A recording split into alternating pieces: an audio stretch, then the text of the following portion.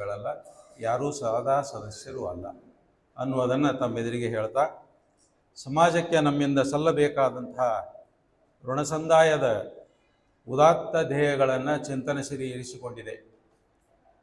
ಶ್ರೀಯುತ ವಾಸಣ್ಣ ದೇಸಾಯಿಯವರು, ಶ್ರೀಯುತ ತಮ್ಮಣ್ಣಪ್ಪ ಬುದ್ನಿಯವರು, ಶ್ರೀಯುತ ಶಂಕಣ್ಣ ಉತ್ತೂರವರು, ಶ್ರೀಯುತ ಬಿ ಪಿ ಹಿರೇಸೋಮಣ್ಣವರು, ಅವರ ಜೊತೆಗೆ ಇನ್ನೂ ಅನೇಕ ಹಿರಿಯರು ಕೂಡಿಕೊಂಡು ಕಟ್ಟಿದಂತಹ ಈ ಸಂಸ್ಥೆಯಾದ ಚಿಂತನಸಿರಿಗೆ ಈಗ ಭರಪೂರ್ 20 ವರ್ಷಗಳು.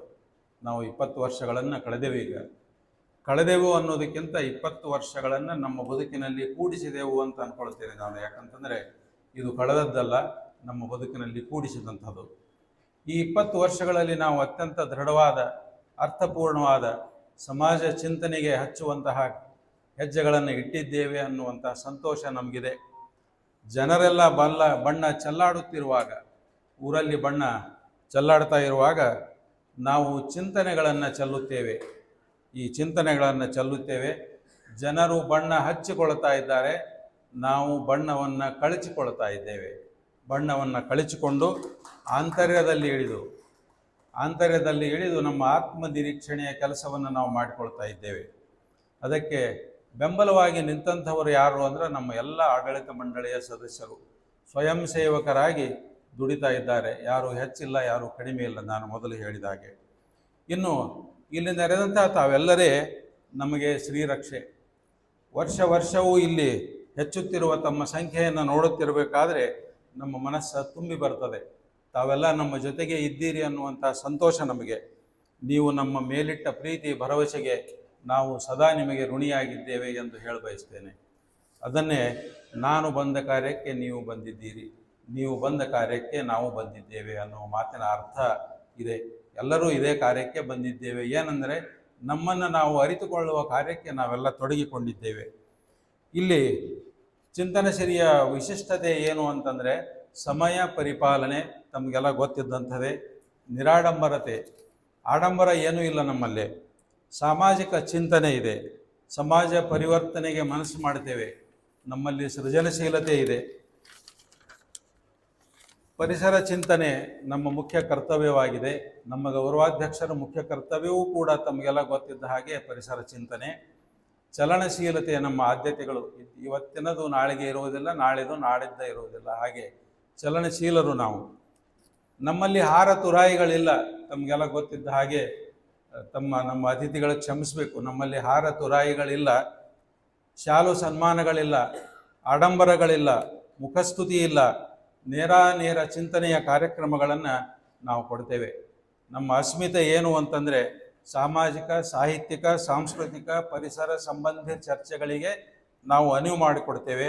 ಅತ್ಯಂತ ವಿಶಿಷ್ಟ ಸಂದರ್ಭಗಳನ್ನು ಹೊರತುಪಡಿಸಿ ನಾವು ಯಾವ ಸನ್ಮಾನಗಳನ್ನು ಯಾರಿಗೂ ಕೂಡ ಮಾಡುವುದಿಲ್ಲ. ವರ್ಷಕ್ಕೆ 4 ಉತ್ತಮ ಕಾರ್ಯಕ್ರಮಗಳು ನಮ್ಮ ಮುಖ್ಯ ಗುರಿ. ಇದು ಇವತ್ತಿನ ಈ ಕಾರ್ಯಕ್ರಮ ಮುಖ್ಯವಾದಂತಹ ಕಾರ್ಯಕ್ರಮ.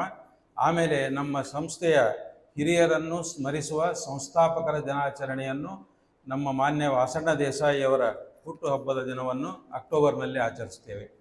ಅಕ್ಟೋಬರ್ 2ರಂದು ಗಾಂಧಿ ಜಯಂತಿಯಂದು ಗಾಂಧಿ ವಿಚಾರಧಾರೆಯನ್ನು ಯಾವುದಾರು ಒಂದು ವಿದ್ಯಾಸಂಸ್ಥೆಯಲ್ಲಿ ನಾವು ನಡೆಸ್ತಾ ಇದ್ದೇವೆ. ಅದಲ್ಲದೆ ವರ್ಷಕ್ಕೆ 1 ಕಾರ್ಯಕ್ರಮ ಶಿಕ್ಷಕರಿಗೆ ಮತ್ತು ಪಾಲಕರಿಗೆ ಅನುಕೂಲವಾಗುವಂತಹ ಒಂದು ಕಾರ್ಯಕ್ರಮವನ್ನು ನಾವು ಮಾಡ್ತಾ ಇದ್ದೇವೆ. ಈಗ 4 ಮುಖ್ಯ ಕಾರ್ಯಕ್ರಮಗಳಲ್ಲದೆ ಇನ್ನೂ ಅನೇಕ ಸಣ್ಣ ಪುಟ್ಟ ಕಾರ್ಯಕ್ರಮಗಳನ್ನು ನಾವು ಹಮ್ಮಿಕೊಂಡಿದ್ದೇವೆ. ಈಗ 3 ತಿಂಗಳಿನಿಂದ ಮಾಸಿಕ ಚಿಂತನಾ ಗೋಷ್ಠಿ ಅನ್ನುವಂಥ ಒಂದು ಕಾರ್ಯಕ್ರಮವನ್ನು ನಾವು ಪ್ರಾರಂಭ ಮಾಡಿದ್ದೇವೆ. ಈ ಅಪರೂಪದ ಕಾರ್ಯಕ್ರಮದಲ್ಲಿ ಪ್ರತಿ ತಿಂಗಳು 3ನೇ ರವಿವಾರ ಸಾಯಂಕಾಲ 5 ಗಂಟೆಗೆ, ತಾವೆಲ್ಲ ದಯವಿಟ್ಟು ನೆನಪಿಟ್ಟುಕೊಳ್ಬೇಕು, ಪ್ರತಿ ತಿಂಗಳು 3ನೇ ಭಾನುವಾರ ಸಾಯಂಕಾಲ 5 ಗಂಟೆಗೆ ಕನ್ನಡ ಸಾಹಿತ್ಯ ಪರಿಷತ್ತಿನ ಸಭಾಂಗಣದಲ್ಲಿ ನಾವೆಲ್ಲ ಸೇರ್ತೇವೆ. ನಮ್ಮಲ್ಲಿ ಒಬ್ಬರು ಒಂದು ಚಿಂತನೆಯನ್ನು ಮಾಡ್ತಾರೆ, ಉಳಿದವರೆಲ್ಲ ಅದರ ಬಗ್ಗೆ ನಾವು ಚಿಂತನೆಗಳನ್ನು, ನಮ್ಮ ವಿಚಾರಗಳನ್ನು ಅಲ್ಲಿ ಪ್ರಸ್ತುತಪಡಿಸ್ತೇವೆ. ಆಸಕ್ತರು ಯಾರಾದರೂ ಇದ್ದರೆ ಕನ್ನಡ ಸಾಹಿತ್ಯ ಪರಿಷತ್ತಿಗೆ 3ನೇ ಭಾನುವಾರ ಸಾಯಂಕಾಲ 5 ಗಂಟೆಗೆ ಸರಿಯಾಗಿ ನಾವು ಪ್ರಾರಂಭ ಮಾಡ್ತೇವೆ. ತಾವು ದಯವಿಟ್ಟು ನಮ್ಮೊಂದಿಗೆ ಕೂಡಬೇಕು ಅಂತ ನಾವು ಕೇಳ್ಕೊಳ್ತೇವೆ. ಸಾಹಿತ್ಯ ಪರಿಷತ್ತಿನ ಭವನವನ್ನು ಬಳಸಿಕೊಳ್ಳಲಿಕ್ಕೆ ಅನುವು ಮಾಡಿಕೊಟ್ಟಂತಹ ಸಾಹಿತ್ಯ ಪರಿಷತ್ತಿನ ಅಧ್ಯಕ್ಷರಾದ ಶ್ರೀಯುತ ಆನಂದ ಪೂಜಾರಿಯವರಿಗೂ ಮತ್ತು ಉಳಿದ ಪದಾಧಿಕಾರಿಗಳು ನಾವು ಧನ್ಯವಾದಗಳನ್ನು ಅರ್ಪಿಸಿ ಬಯಸ್ತೇವೆ. ಅಲ್ಲದೆ ದೇಣಿಗೆ ಸಂಗ್ರಹವನ್ನು ನಾವು ಸಾಧ್ಯವಾದಷ್ಟು ನಿರಾಕರಿಸುತ್ತೇವೆ. ದೇಣಿಗೆಗಳನ್ನು ನಾವು ಪಡೆಯುವುದಿಲ್ಲ. ಅಂದಂದು ಕಡಿಮೆ ಬಿದ್ದದ್ದನ್ನು ನಾವೆಲ್ಲ ಕೂಡಿ ಅದನ್ನು ಆ ಖರ್ಚನ್ನು ನಿಭಾಯಿಸ್ತೇವೆ. ಅಷ್ಟಾಗಿಯೂ ಕೂಡ ಅನೇಕ ಜನ ಹೆಸರು ಹೇಳಲೆಚ್ಛಿಸಿದ ದೇಣಿಗೆಗಾರರು ನಮಗೆ ಕೊಟ್ಟಿದ್ದಾರೆ. ಇಂತಹ ಅಪರೂಪದ ಸಂಸ್ಥೆಯ ವಾರ್ಷಿಕ ವಿಚಾರದೋಕಳಿಯ ಉದ್ಘಾಟನಾ ಸಮಾರಂಭವನ್ನು ಇವತ್ತು ನಾವು ನೆರವೇರಿಸಿದ್ದೇವೆ. ಸಮಾಜಮುಖಿ ಚಿಂತನೆಯ ಮತ್ತು ವಿದ್ಯಾರ್ಥಿಗಳಿಗೆ ಜ್ಞಾನವನ್ನು ನೀಡುತ್ತಿರುವಂಥ ಅಪರೂಪದ ಸ್ವಾಮೀಜಿಯವರಾದ ಪೂಜ್ಯ ದಯಾಶಂಕರ ಮಹಾಸ್ವಾಮಿಗಳು ಇವತ್ತು ಆಗಮಿಸಿದ್ದಾರೆ. ಉದ್ಘಾಟಕರಾಗಿ ಆಗಮಿಸಿದವರು ಇದೀಗ ದಾಸರ್ ಸರ್ ಹೇಳಿದ ಹಾಗೆ ಅವರ ಪರಿಚಯವನ್ನು ತಮಗೆ ಕೊಟ್ಟ ಹಾಗೆ ಶ್ರೀಯುತ ಬಿ ಡಿ ಹಿರೇಮಠರವರು ಬಂದಿದ್ದಾರೆ. ವಾಗ್ದೇವಿ PU ಕಾಲೇಜಿನ ಶ್ರೀಯುತ ಕಾಮಾರವರು ಹಾಗೂ ರನ್ನ ಪ್ರತಿಷ್ಠಾನದ ಸದಸ್ಯರಾದ ಶ್ರೀಯುತ ಸರ್ಗಣಾಚಾರಿ ಮಠ ಅವರು ಉಪಸ್ಥಿತರಿದ್ದಾರೆ. ಅವರ ಉಪಸ್ಥಿತಿ ನಮ್ಮ ಕಾರ್ಯಕ್ರಮಕ್ಕೆ ಒಂದು ಘನತೆ ತಂದಿದೆ ಅಂತ ನಾನು ಹೇಳಬಯಸ್ತೇನೆ. ಆದರ್ಶವಾದಿಯು, ಪರಿಸರ ಪ್ರೇಮಿಯು, ಸಮಾಜಮುಖಿ ಚಿಂತಕರು ಆದಂತಹ ನಮ್ಮ ಸಂಸ್ಥೆಯ ಗೌರವಾಧ್ಯಕ್ಷರು ಶ್ರೀಯುತ ಡಾಕ್ಟರ್ MR ದೇಸಾಯಿ ಅವರು ಇವತ್ತಿನ ಅಧ್ಯಕ್ಷೀಯ ಮಾತುಗಳನ್ನು ತಮ್ಮೆದುರಿಗೆ ಹೇಳಲಿದ್ದಾರೆ. ಮಾಧ್ಯಮದವರು ನಮ್ಮ ಮಿತ್ರರು, ನಮ್ಮ ಸದಾಕಾಲ ಮಿತ್ರರು ಮಾಧ್ಯಮದವರು. ಅವರು ನಮ್ಮೊಂದಿಗಿದ್ದಾರೆ, ನಮ್ಮ ಬಗ್ಗೆ ತಿಳಿ ಹೇಳುತ್ತಾರೆ, ನಮ್ಮ ವಿಷಯಗಳನ್ನು ಜನರಿಗೆ ತಿಳಿಸುತ್ತಾರೆ. ಅವರಿಗೆ ಧನ್ಯವಾದಗಳನ್ನು ಅರ್ಪಿಸ್ತೇನೆ. ಕರೆದು ಕಲ್ಯಾಣ ಮಂಟಪ ನೀಡಿ ನಮಗೆ ಎಲ್ಲ ಸವಲತ್ತುಗಳನ್ನು ಕೊಡ್ತಾ ಇರುವಂಥ ಶ್ರೀಯುತ ಸಂಗಣ್ಣ ಹೊಸ್ಮನಿಯವರನ್ನು ನಾನು ನೆನೆಸಬಯಸ್ತೇನೆ. ಎಂದಿನಂತೆ ಇಂದೂ ಕೂಡ ಬೆಳಗಿನ ಅಲ್ಪೋಪಹಾರ ನೀಡಿದಂತಹ ಶ್ರೀಯುತ ಅಕ್ಬರ್ ಬಾದ್ಶಾ ರಾಮದುರ್ಗ್ ಅವರಿಗೆ, ಕುಡಿಯುವ ನೀರನ್ನು ಒದಗಿಸಿದಂತಹ ಶ್ರೀಯುತ ರಾಜು ಬಿಸರೆಡ್ಡಿ ಅವರಿಗೆ, ಬಾಳೆಹಣ್ಣನ್ನು ಇವತ್ತು ಒದಗಿಸಿದಂತಹ ಶ್ರೀಯುತ ಜನಾಪುರ ಅವರಿಗೆ, ಸ್ಟೇಷನರಿ ಒದಗಿಸಿದ ಶ್ರೀಯುತ ಕುಶಾಲ್ ಗೌಡರಿಗೆ, ಇನ್ನು ಅದಾರೋ ಜಿಲೇಬಿಯನ್ನು ತಂದಿದ್ದ ಅವರಿಗೂ ಕೂಡ ಧನ್ಯವಾದಗಳನ್ನು ಅರ್ಪಿಸಬಯಸ್ತೇನೆ.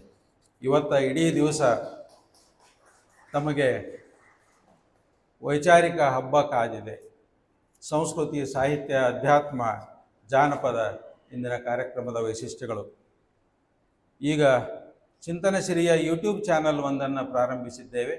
ದಯವಿಟ್ಟು ತಾವೆಲ್ಲ ಅದಕ್ಕೆ ಚಂದಾದಾರರಾಗಬೇಕು ಅಂತ ಕೇಳ್ಕೊಳ್ತೇನೆ. ಹೊರಗಡೆಯ ಆ ಮರದ ಮೇಲೆ ಲಿಂಕನ್ನು ಅಂಟಿಸಿದ್ದೇವೆ. ದಯವಿಟ್ಟು ತಾವೆಲ್ಲರೂ ಚಂದಾದಾರರಾದರೆ ಈ ನಡೆಯುವ ಕಾರ್ಯಕ್ರಮಗಳು ನಿರಂತರವಾಗಿ ತಮಗೆ ಲಭ್ಯ ಆಗಲಿವೆ.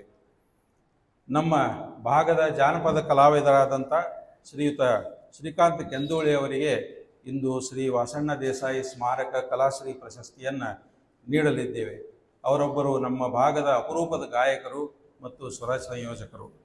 ಊಟದ ನಂತರ ಶ್ರೀಕಾಂತ್ ಕೆಂದೋಳಿ ಅವರ ಸ್ವಾರಸ್ಯಪೂರ್ಣ ಜಾನಪದ ಕಾವ್ಯ ತಾವು ಕೇಳಲಿದ್ದೀರಿ. ನೀವು ದಯವಿಟ್ಟು ಇಡೀ ದಿನ ನಮ್ಮ ಜೊತೆಗಿದ್ದು ನಮ್ಮ ಚಿಂತನೆಗಳಲ್ಲಿ ಪಾಲ್ಗೊಳ್ಳಬೇಕು, ತಮ್ಮ ಚಿಂತನೆಗಳನ್ನು ನಮಗೆ ತಿಳಿಸಬೇಕು ಅಂತ ಹೇಳ್ತಾ ಕೊನೆಗೊಂದು ಮಾತನ್ನು ಹೇಳಬಯಸ್ತೇನೆ.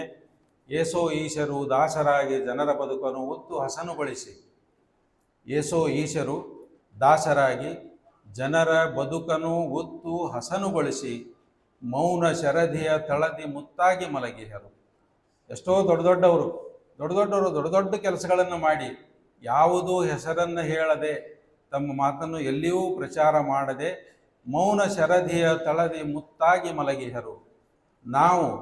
ನಾವ್ಯಾರು? ನಾವು ನೊರೆ ತೊರೆಗಳು ಜೊಂಡು ಪಾಚಿ. ನಾವ್ಯಾರು ಅಂದರೆ ನಾವು ಬರೀ ನೊರೆ ತೊರೆಗಳು. ಮುತ್ತುಗಳೆಲ್ಲ ಸಮುದ್ರದ ಕೆಳಗಿವೆ. ಅಂತಹ ಮುತ್ತುಗಳನ್ನು ಮುಟ್ಟಲಿಕ್ಕೆ ನಾವೆಲ್ಲರೂ ಪ್ರಯತ್ನ ಮಾಡೋಣ ಹೇಳ್ತಾ ನನ್ನ ಈ ಅವಕಾಶಕ್ಕಾಗಿ ತಮಗೆ ಧನ್ಯವಾದಗಳನ್ನು ಅರ್ಪಿಸ್ತೇನೆ.